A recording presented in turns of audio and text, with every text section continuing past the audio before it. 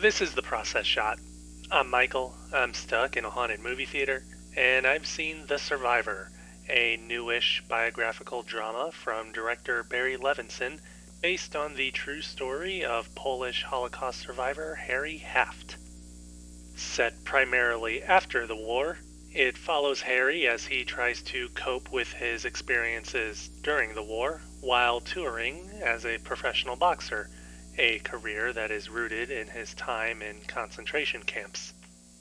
His strength had been noticed by a German officer during an incident, and he was made a deal for his ensured survival by being forced to fight other inmates of the camps for the entertainment of other officers. It's a traumatic experience that has lasted with Harry ever since, resulting in the guilt that he's carried with him throughout the following decades, into the ring and into his relationships with others. And most of all, his feelings for his first lover, who was taken away by Germans before his own imprisonment. The story is indeed pretty complicated, crossing back and forth between 2 or 3 different periods of Harry's life, but it manages to balance things out well enough.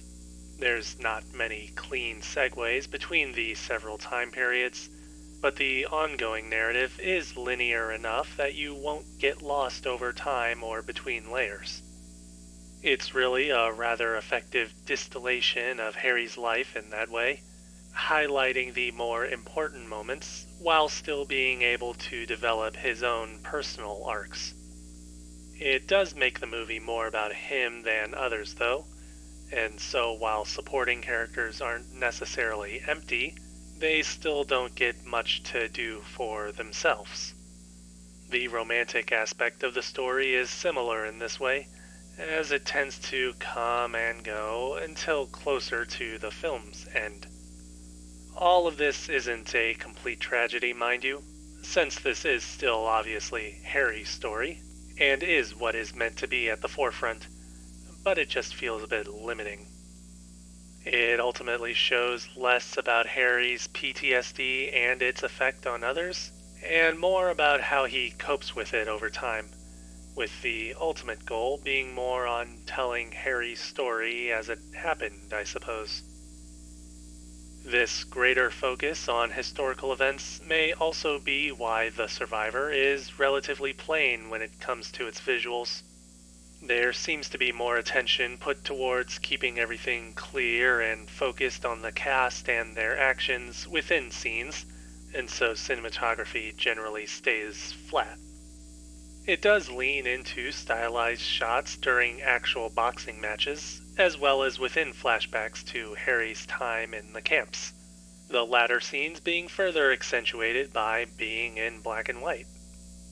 It's a choice that's more contextual than stylistic, though, in that the color shift is limited to these scenes, rather than perhaps popping in whenever he has a brief lapse or flashback. Something a bit more creative, at least. Most of the visual storytelling happens through editing, though even then it's still a bit simple up until these flashbacks again. Come to think of it, it actually is in the flashbacks that more creative choices are made, or at least things feel more lively, despite the actual terror at hand. If that's an intentional choice, I wouldn't know for certain. All I can really say is that the movie has a story that it wants to tell, and, well, it tells it. It doesn't quite make it convincing that this is an essential story that needs to be shared, but in the greater scheme, it's different enough to stand out from other war stories. Overall, though, once you get past that difference, the emotional core ends up being nothing that hasn't been seen before.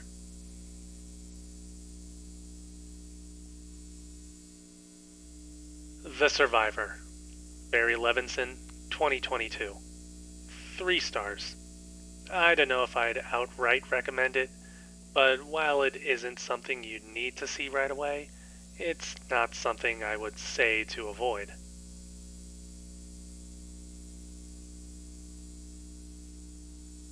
That's it for this review. If you liked it, leave a like. If you didn't, leave a comment. Subscribe to the channel for more reviews. I've seen Holocaust movies before, but I think this might be the first I've seen while I've been here. I wonder why that's the case.